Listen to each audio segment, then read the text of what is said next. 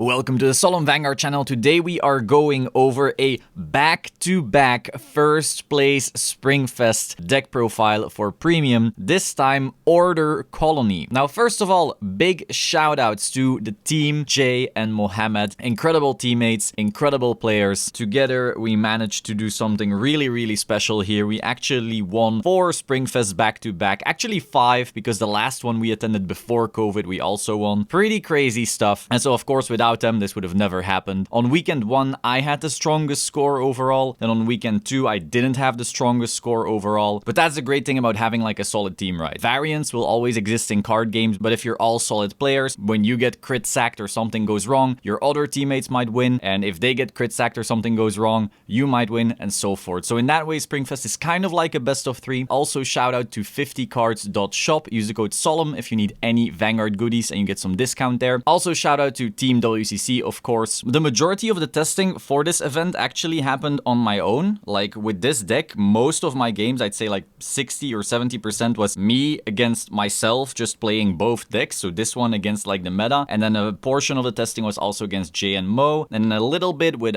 Peter from Proofcord. He's also a commentator for a BRO. That was only a few hours. It wasn't that huge of a subset, but still, nice guy, nice player. And then the tiniest fraction with WCC. I actually didn't test that much with the guys this time because our events are so different and far apart that we didn't really always have the schedule lining up for that. Regardless, shout out to all of them. And let's get into this deck. So first of all, Ordercolony. If you don't know what it does, it's essentially you ride Ruination, which then lets you use an order from your drop zone without paying its cost. There are some really broken orders in V, which you then get to use for free. And then you combine that with the floodgate that is the Ghidorah Stride. Now these two engines by themselves are like not enough, but together become really strong. So Ghidorah stops your opponent from playing the game, but you yourself aren't playing the game. Ruination makes it so you are playing the game. And so put them together and you have a very solid deck. So of course we start off with 4 Ruination. This is our main ride. We want to be rewriting this every turn because basically once you start Persona riding, you ride this. That's a 10k to the front row and a draw. You activate an order that says draw 3 and give another 10k to front. So you basically draw 4 and give double front trigger, essentially, but even better, just for riding this card. That is why it's so insane. I see a lot of people talking about what to ban in this deck because they want to ban it or something. If you want to hit something, I would say choice restrict this thing with Ghidorah, so that way you don't get the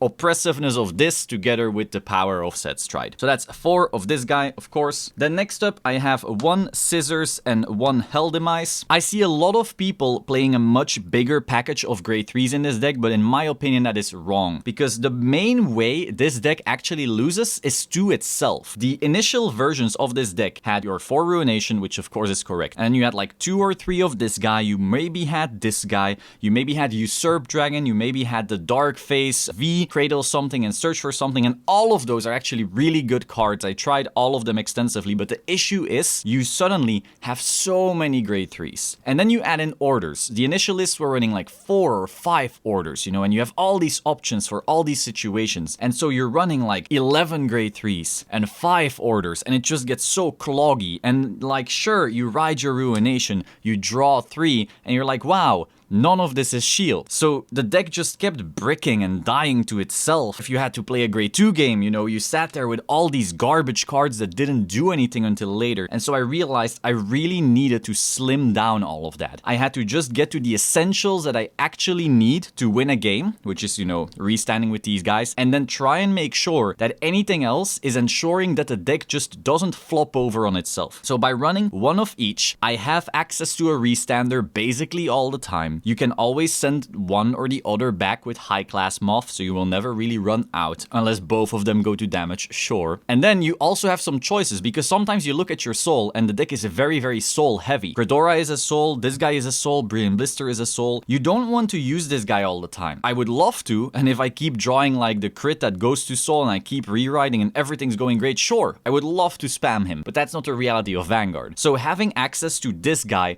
to also have a restand without expending all my soul was crucial. Beyond that, if your opponent has a standing rearguard for some reason, whether they're trying to play around you or you brilliant blistered something and so the booster never rested, this will make it so you can never bounce back your brilliant blisters, meaning you're losing your strong boosters, or well, your free boosters. By having a Hell Demise, you can play around that as well. You can rest that so you can be sure that you are able to bounce them back. So for that reason, we basically have utility, like they both do the same thing. You're essentially running 2 copies of a restanding grade 3, but you also have the flexibility of having both options in the deck usually. Next, we had the most controversial part of this deck. I'm running 1 of each order. So the initial list, like I said, had like 5 orders or something. 3 Book, 1 Veil, maybe 1 Nectar of Sensation or whatever the hell it's called. There was the Unlock order at one point as well. People started slimming down the amount of orders because it was super clunky. Even more than that, it was still clunky to me. Again, like you don't want to ride your Ruination and just be left with nothing. The bane of this deck's existence before,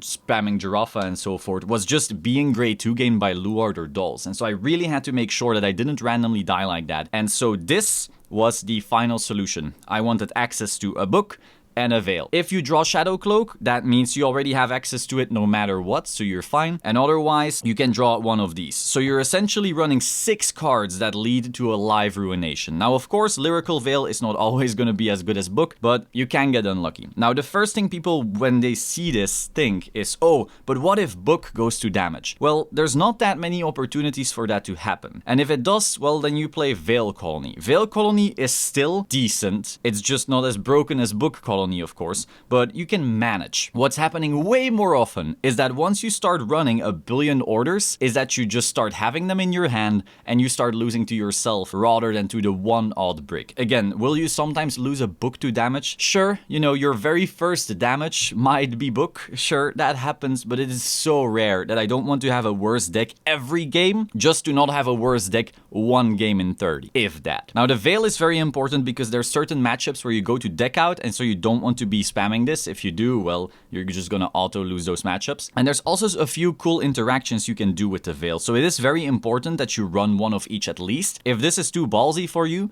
if you really want an extra order, you could run a second Book just in case, but I didn't find it necessary whatsoever. If you actually do the math or just like test it a lot, you will notice, yeah, I'm very happy that I'm not getting clogged with grade 3s and orders. Next, we have 4 Giraffa. This card is also very crucial. It is the only reason we are winning grade 2 games. The initialists ran this, then they all cut it because there were like other cool D cards coming out and so forth, and then the deck basically started losing all of the grade 2 games against Luard and Nightmare Dolls until this was put back in, and then it started winning grade 2 games again. This is a draw every turn, together with, a big beat stick that sometimes even hit over like the heal guard plus 10k, so that is incredibly powerful. Beyond that, it also keeps the attack power it gains when it attacks, so you can restand it and it will be huge still. So even if it was dead and you Book, and so you miss a 10k from your Book, but you still have your 10k Persona ride, together with his buff, he will still be like a 34 or even bigger that you then restand with Scissors or Hell Demise, so you have like big multi-attack because of Giraffa, regardless of what happened to your field. Next, we have 4 Shadow Cloak. Of course, this is the guy that dumps your orders. So this way, we are essentially running 6 cards that we can open in order to play Ordercolony, which is more than enough. Next, we're playing 2 Beetle. This was probably also the most contested thing. Like I saw people, when they saw the list, they were like, oh, only 1 Book, or oh, why this? I saw some people saying this should be stamping red. That is absolutely not correct.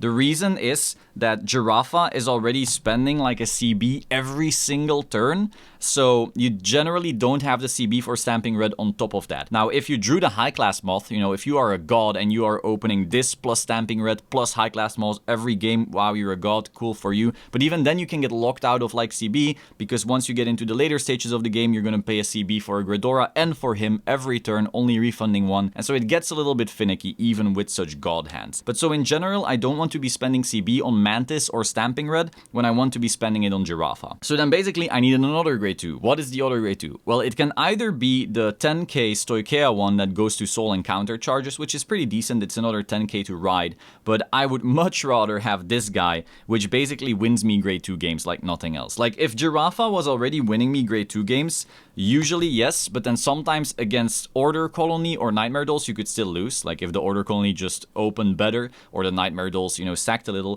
you might still lose that grade 2 game. But by running the Beetle, you're just adding a little bit more oomph to that grade 2 game. Essentially, you can start stunning stuff during the grade 2 game, which is something Ordercolony can't normally do. And so this way you lock out one of their columns, which is huge, right? Like you are grade 2 gaming with 3 columns and they are grade 2 gaming with 2. Beyond that, it also turns off boosters. So against Nightmare Dolls, for example, you can make Leslie completely worthless, which is huge. Making Leslie worthless is just incredibly powerful. But you can also stun just other stuff. Against Luart, this is insane because they might Nemain into another Nemain or an Abyssal Owl, but then if this is in the same column, that Nemain can't boost, and so the remaining 5k isn't doing anything, and then it can simultaneously stun the other column. So Luart is actually only playing with 1 column rather than 3. All around, incredible grade 2 game card. However, that is not the only reason we're running it, because yes, we keep on going. Another reason is because of Opterandus. Now, I know some people are saying, oh, you just spam Ghidorah, dude. Yeah, this deck, you just spam Ghidorah and you'll win all your games. That's not true. Will this be your most used stride? Of course, but there are definitely game states where you do not want to just spam Ghidorah. And for that reason, I also want to play a way to still stun when I'm not going Ghidorah. So one way is to spam Opterandus in certain matchups.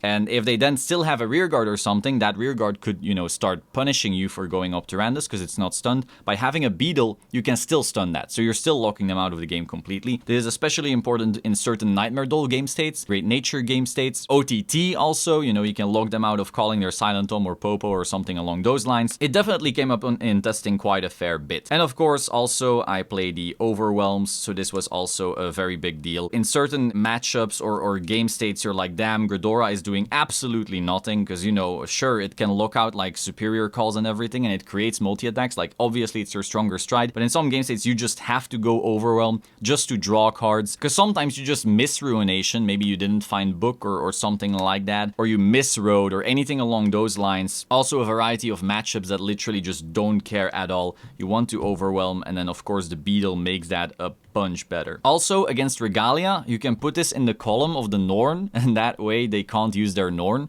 which is also incredibly funny. I actually one time in testing had both of my Beetles, and so I put one Beetle in the rearguard column and the other Beetle in the back row behind my Vanguard, and then this Beetle rested this one, and that basically turned off the Norn behind the Vanguard. So that is all those little tricks you can do just by playing Beetle. When you're not playing Beetle, you just run out of like a little bit of ceiling, let's say, in those regards. Yeah, like Stamping Red is a cute card in your grade 2 game, but this one's already winning that, and it also has extra utility later on, where Stamping Red really doesn't do much whatsoever. Though again, if you're like super afraid of like damage, or you really want to ride 10Ks, the 10k Soikea one is pretty cool as well over this, though I definitely enjoyed this more. Next, we have grade 3 searchers. Of course, we want to be able to find our Ruination rewrites, we want to be able to find our Heal Guardians, we want to be able to find High Class Moth, because High Class Moth is actually a grade 3 in the deck. He counts as a grade 3 index, so you can actually find him this way. Super crucial card basically to find almost anything. And of course, if you high roll a little, he can also find you books. So you go check top 5,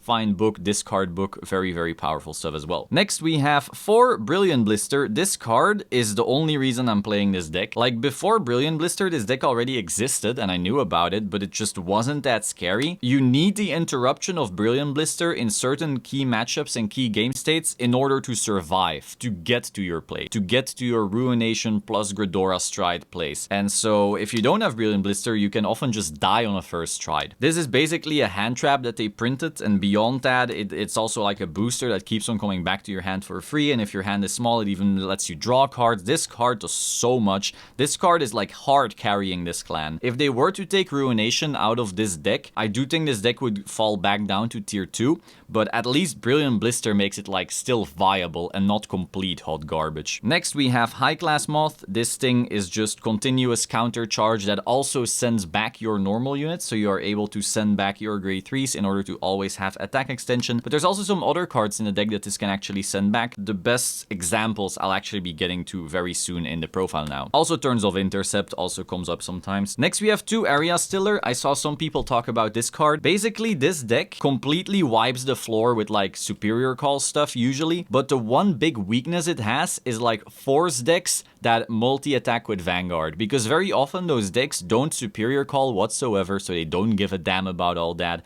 You stun them, okay, they rewrite and they still have all those Vanguard swings. Your Brilliant Blister doesn't do anything, your Ghidorah doesn't do anything, and you're just sitting there like, oh, my one stride isn't really doing that much. That's why I also use Overwhelm against those quite a few times. And now they're just gonna, you know, ram me in the face. So that's why I really liked having the Area Stiller, which gives me access to protect markers against those decks, because specifically they have markers on their circles. Now you can also use it against Excel. I saw some people say you can't, but like you can straight up go to the wiki right now. It says Excel circles are circles with a marker on them. So I also asked the head judge at the event and they agreed, but it's really not the reason you run it. It's mostly those force matchups like Regalia, Overlord, Dimension Police, where you really appreciate getting some extra PGs, because of course when you ride Ruination you don't get a protect. Speaking of not getting a protect, we are running one Stoichea PG. So first of all, since it's a normal unit, you can send it back with high class Moth, so if you want you can recycle it that way, but the main reason is actually because it combos well with Lyrical Veil. We have this order right here, Lyrical Veil, and this basically revives two things and then gives your field intercept. So you can revive this,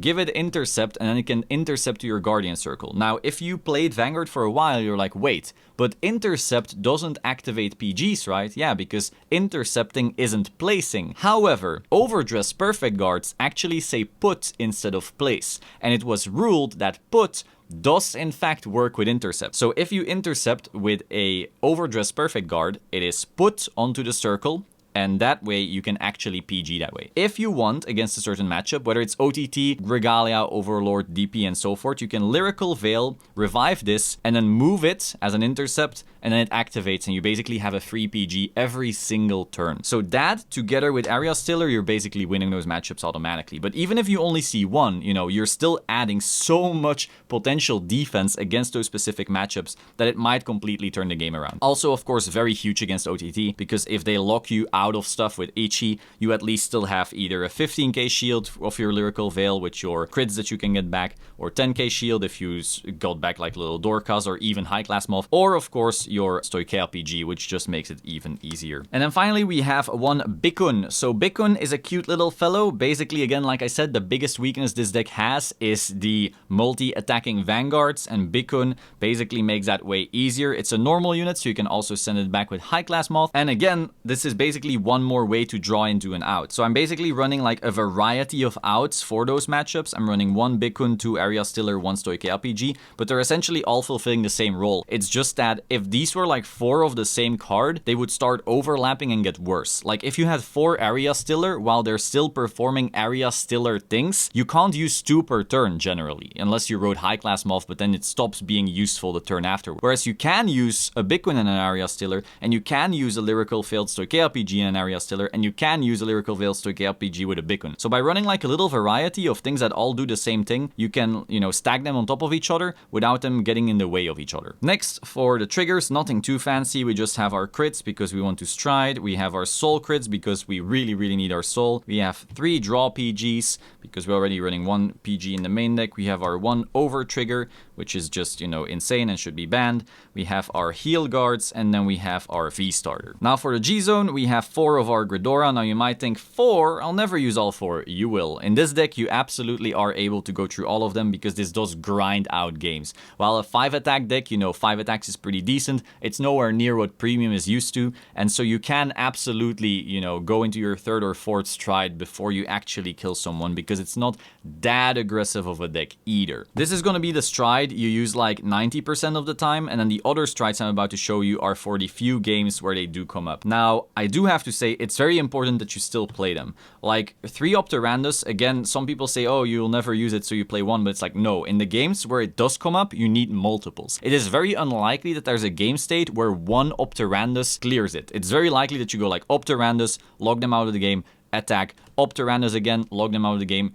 attack, maybe a 3rd as well. In testing, I think I used, usually the 2 was enough, but I still wanted a 3rd, and it's not like your dad hurting for room either, so 3 was fine. You know, if you want 2 can work as well, but I would never ever go down to 1. There's way too many game states where if Opterandus comes up, you want a 2nd. And then next we have Overwhelm at 2, same reasoning. There's quite a lot of game states where if you go into 1, you might go into the 2nd as well, though that comes up less. If I had to start finding room in this G zone, zone right now. The coming 2 slots are what I would cut first, but then I would look at maybe this Overwhelm and then maybe this third Opti, but that feels really finicky to me. To me, these are still crucial. I still use them in the events, especially the Overwhelm. Like, Overwhelm came up a lot because if your deck somehow shits the bed, again, you might misride or whatever, you want to be able to Overwhelm still. Now, I also tracked how many times did I miss book. I think I missed book 2 times in total out of all of my games over 2 events, and both of them, if I had run another book, I still wouldn't have had it because it would have been in the Bikun slot, which was never the card that I had in my hand when missing book. So that's also a way you can track it. So really, I wouldn't have run 2 books whatsoever. Now next, here are the actual most useless strides. It's the GB8 and it is the Megaloma. Basically, this slot can be like GB8, it can be Zoa, it can be Seabreeze, it can be Megaloma. It can really be anything. They all have their merits and uses, but I found these to be the most useful out of the mostly useless strides. The GB8, because you can get into like really long grind games, especially in the mirror, and so being able to then go, you know, GB8 Lamao and just win there does happen. Then you also have Megaloma, which I only used because deck out is a real thing. So if for some reason you had to like farm this big hand because you're against a deck like Luard, which can weirdly grind you out pretty well, and you're sitting there with your big hand in case they, you know, sack stance on Morfessa, now suddenly you could deck out, and so there's a way to Megaloma to send back your hand to deck and then that way not deck out. Now you do need assistance from your opponent at that point. You know, it is what it is. I just had it in there like, damn. Also against Link Joker, this was really solid. So I have it in there. Never came up in the tournament. Again, those are like the 2 more cuttable slots. I would personally not change anything about this lineup, like the Gredoras, the Optyrannus, the Overwhelms. Those actually came up a lot in testing. This like came up a few times in testing, but like over 140 games, you know, if it came up maybe twice and this maybe twice, it's not the biggest deal either. Next, G-Guards. Honestly, this clan has like the worst G-Guards ever. We have Morphosion. This is a plot maker sometimes, but not all the time. It's probably live like 70% of the time, but the 30% of the time where it's not, you're really sad that it's not. So for that reason, yeah, we're running 2. It's your best G-Guard, but it's not that impressive either. Then we have this guy. Literally, it becomes 20k sometimes, but not all the time, though more often than Morphosion at least. And then we have this sad excuse of a G-Guard. Relish Lady gives you resources and a draw, but only when they're Vanguard attacks. So like you Relish Lady and you draw a card, but you're still only guarding for 15, so you always have to call more anyway. So the only time I use this is A, I'm for some reason I'm being like damage denied. Like let's say I'm at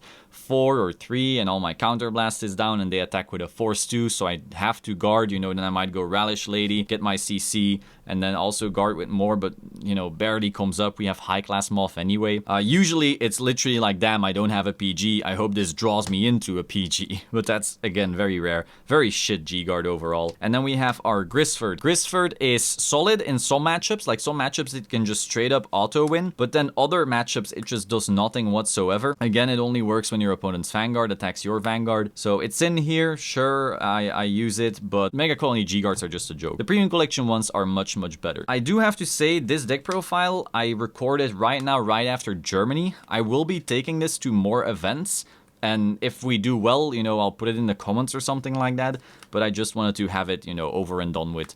So still, really solid record right now. We have won our 5 Springfests in a row. Pretty nutty. I hope you found this interesting. Again, shout out to the team, Jay and Mohammed, super powerful players. Shout out to 50cards.shop. If you need anything, you can go to that and use the code Solemn. Be sure to like, comment, subscribe, and I will see you soon. Ciao.